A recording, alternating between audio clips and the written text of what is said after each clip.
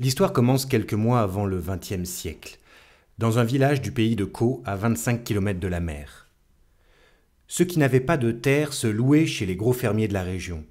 Mon grand-père travaillait donc dans une ferme comme charretier. L'été, il faisait aussi les foins, la moisson. Il n'a rien fait d'autre de toute sa vie, dès l'âge de 8 ans. Le samedi soir, il rapportait à sa femme toute sa paye et elle lui donnait son dimanche pour qu'il aille jouer au domino, boire son petit verre. Il rentrait saoul, encore plus sombre.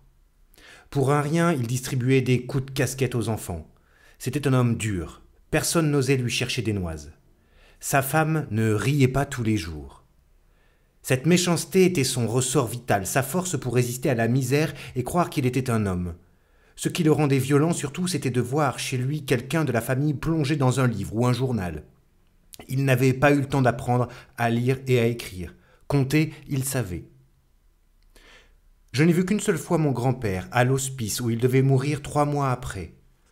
Mon père m'a mené par la main à travers 2 rangées de lits, dans une salle immense, vers un très petit vieux, à la belle chevelure blanche et bouclée. Il riait tout le temps en me regardant, plein de gentillesse. Mon père lui avait glissé un quart d'eau-de-vie qu'il avait enfoui sous ses draps. Chaque fois qu'on m'a parlé de lui, cela commençait par « il ne savait ni lire ni écrire », comme si sa vie et son caractère ne se comprenaient pas sans cette donnée initiale. Ma grand-mère, elle, avait appris à l'école des sœurs. Comme les autres femmes du village, elle tissait chez elle pour le compte d'une fabrique de Rouen, dans une pièce sans air recevant un jour étroit d'ouvertures allongées, à peine plus larges que des meurtrières. Les étoffes ne devaient pas être abîmées par la lumière. Elle était propre sur elle et dans son ménage, qualité la plus importante au village, où les voisins surveillaient la blancheur et l'état du linge en train de sécher sur la corde et savaient si le seau de nuit était vidé tous les jours. Bien que les maisons soient isolées les unes des autres par des haies et des talus, rien n'échappait au regard des gens, ni l'heure à laquelle l'homme était rentré du bistrot, ni la semaine où les serviettes hygiéniques auraient dû se balader au vent. Ma grand-mère avait même de la distinction. Au fait, elle portait un faux cul en carton et elle ne pissait pas debout sous ses jupes comme la plupart des femmes de la campagne par commodité. Vers la quarantaine, après 5 enfants, les idées noires lui sont venues. Elle cessait de parler durant des jours. Plus tard, des rhumatismes aux mains et aux jambes. Pour guérir, elle allait voir Saint-Riquier, Saint-Guillaume du désert, frotter la statue avec un linge qu'elle s'appliquait sur les parties malades. Progressivement, elle a cessé de marcher. On louait une voiture à cheval pour la conduire au sein. Ils habitaient une maison basse, au toit de chaume, au sol en terre battue. Il suffit d'arroser avant de balayer. Ils vivaient des produits du jardin et du poulailler, du beurre et de la crème que le fermier cédait à mon grand-père. Des mois à l'avance, ils pensaient aux noces et aux communions.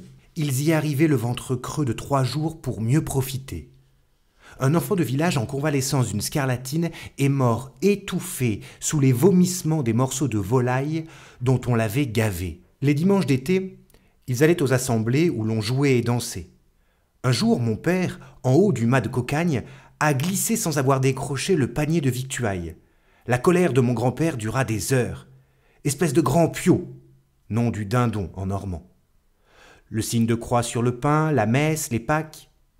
Comme la propreté, la religion leur donnait la dignité.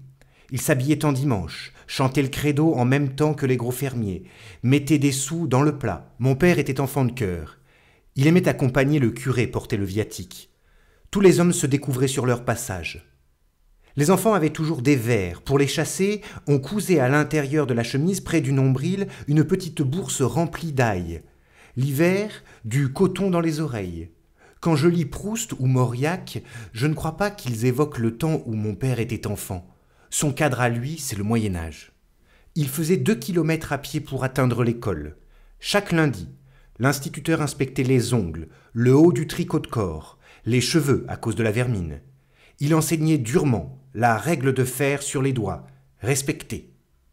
Certains de ses élèves parvenaient au certificat dans les premiers du canton, 1 ou 2 à l'école normale d'instituteurs. Mon père manquait la classe, à cause des pommes à ramasser, du foin, de la paille à botteler, de tout ce qui se sème et se récolte. Quand il revenait à l'école, avec son frère aîné, le maître hurlait « Vos parents veulent donc que vous soyez misérables comme eux !» Il a réussi à savoir lire et écrire sans faute. Il aimait apprendre. On disait apprendre tout court, comme boire ou manger. Dessiner aussi, des têtes, des animaux. À 12 ans, il se trouvait dans la classe du certificat. Mon grand-père l'a retiré de l'école pour le placer dans la même ferme que lui.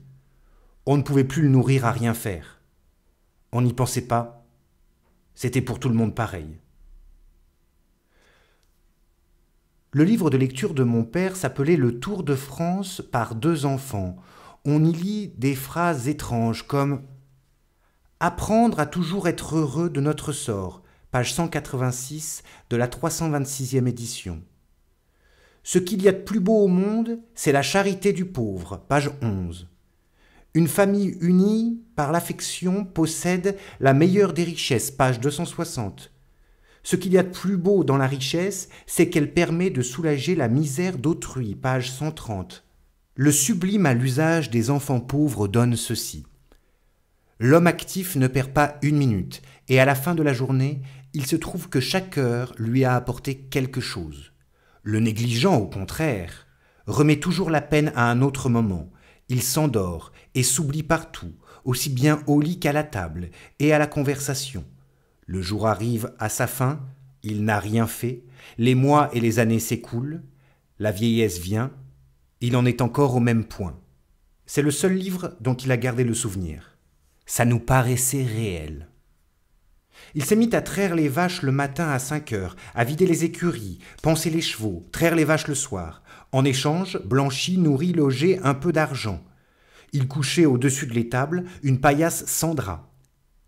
Les bêtes rêvent. Toute la nuit tape le sol. Il pensait à la maison de ses parents, à un lieu maintenant interdit. L'une de ses sœurs, bonne à tout faire, apparaissait parfois à la barrière avec son baluchon muette. Le grand-père jurait. Elle ne savait pas dire pourquoi elle s'était encore une fois sauvée de sa place. Le soir même, il la reconduisait chez ses patrons en lui faisant honte. Mon père était gai de caractère, joueur, toujours prêt à raconter des histoires, faire des farces. Il n'y avait personne de son âge à la ferme. Le dimanche, il servait la messe avec son frère, vaché comme lui. Il fréquentait les assemblées, dansait, retrouvait les copains d'école. On était heureux quand même, il fallait bien. Il est resté gars de ferme jusqu'au régiment. Les heures de travail ne se comptaient pas. Les fermiers rognaient sur la nourriture. Un jour, la tranche de viande servie dans l'assiette d'un vieux vacher a ondulé doucement. Dessous, elle était pleine de verre. Le supportable venait d'être dépassé.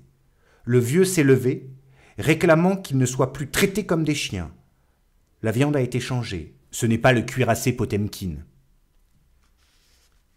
Des vaches du matin à celles du soir, le crachin d'octobre, les rasières des pommes qu'on bascule au pressoir, la fiente des poulaillers ramassée à large pelle, avoir chaud et soif, mais aussi la galette des rois, l'almanach Vermeau, les châtaignes grillées, Mardi gras, t'en vas pas, nous ferons des crêpes, le cidre bouché et les grenouilles pétées avec une paille.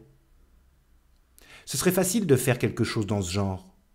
L'éternel retour des saisons, les joies simples et le silence des champs. Mon père travaillait la terre des autres. Il n'en a pas vu la beauté, la splendeur de la terre-mère et autres mythes lui ont échappé. À la guerre 14, il n'est plus demeuré dans les fermes que les jeunes comme mon père et les vieux. On les ménageait. Il suivait l'avance des armées sur une carte accrochée dans la cuisine, découvrait les journées polissons et allait au cinéma à Y. Tout le monde lisait à haute voix le texte sous l'image. Beaucoup n'avaient pas le temps d'arriver au bout. Il disait les mots d'argot rapportés par son frère en permission. Les femmes du village surveillaient tous les mois la lessive de celle dont le mari était au front pour vérifier s'il ne manquait rien, aucune pièce de linge. La guerre a secoué le temps.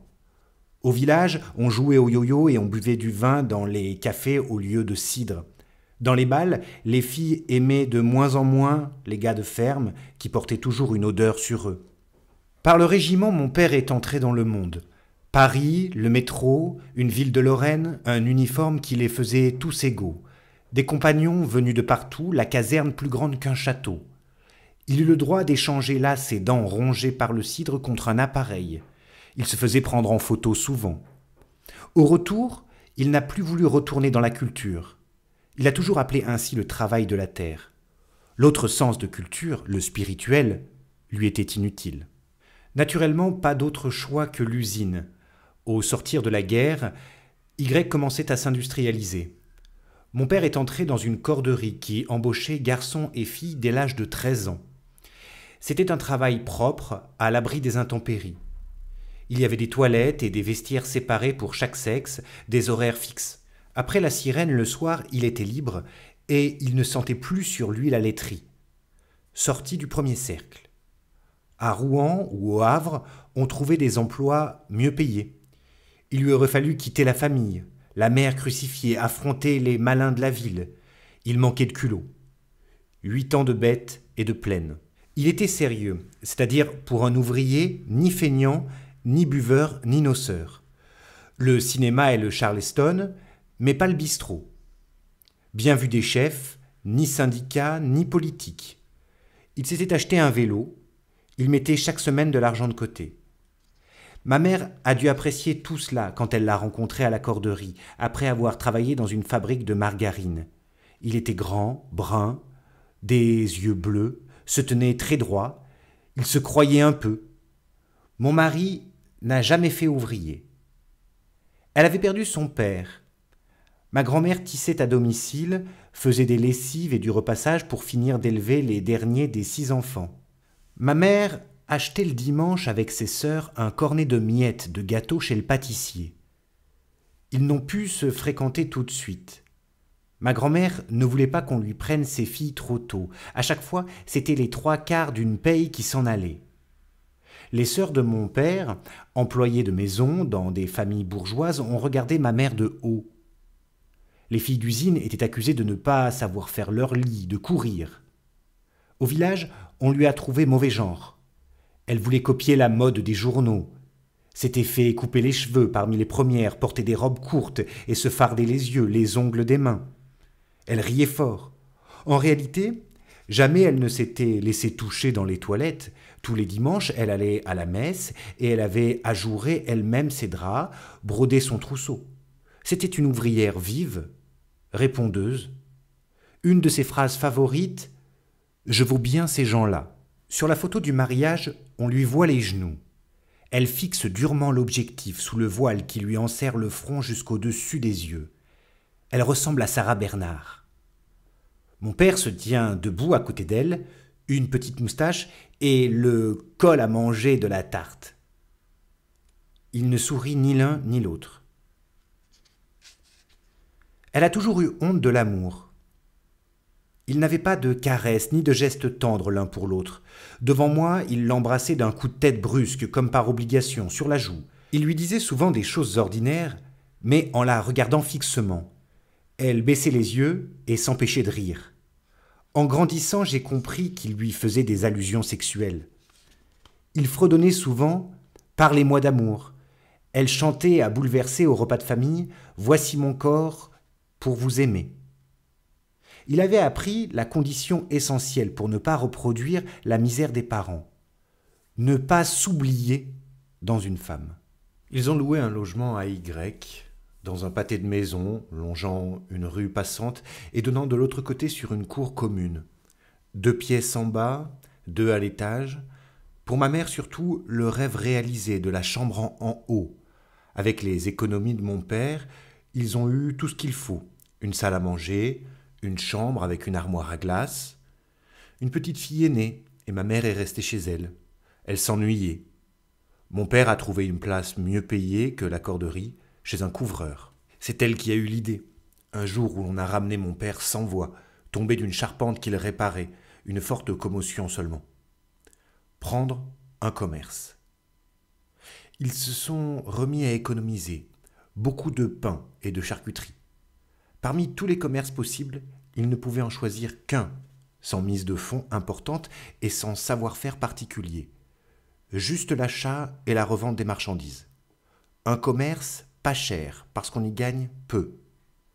Le dimanche, ils sont allés voir à vélo les petits bistrots de quartier, les épiceries, merceries de campagne. Ils se renseignaient pour savoir s'il n'y avait pas de concurrents à proximité. Ils avaient peur d'être roulés, de tout perdre pour finalement retomber ouvriers. Elle, à 30 km du Havre. Les brouillards y stagnent l'hiver toute la journée, surtout dans la partie la plus encaissée de la ville, au long de la rivière, la vallée. Un ghetto ouvrier construit autour d'une usine textile, l'une des plus grosses de la région jusque dans les années 50, appartenant à la famille Déjeuneté, rachetée ensuite par Boussac. Après l'école, les filles entraient au tissage. Une crèche accueillait plus tard leurs enfants dès 6 heures du matin. Les 3/4 des hommes y travaillaient aussi. Au fond de la combe, l'unique café-épicerie de la vallée. Le plafond était si bas qu'on le touchait à main levée.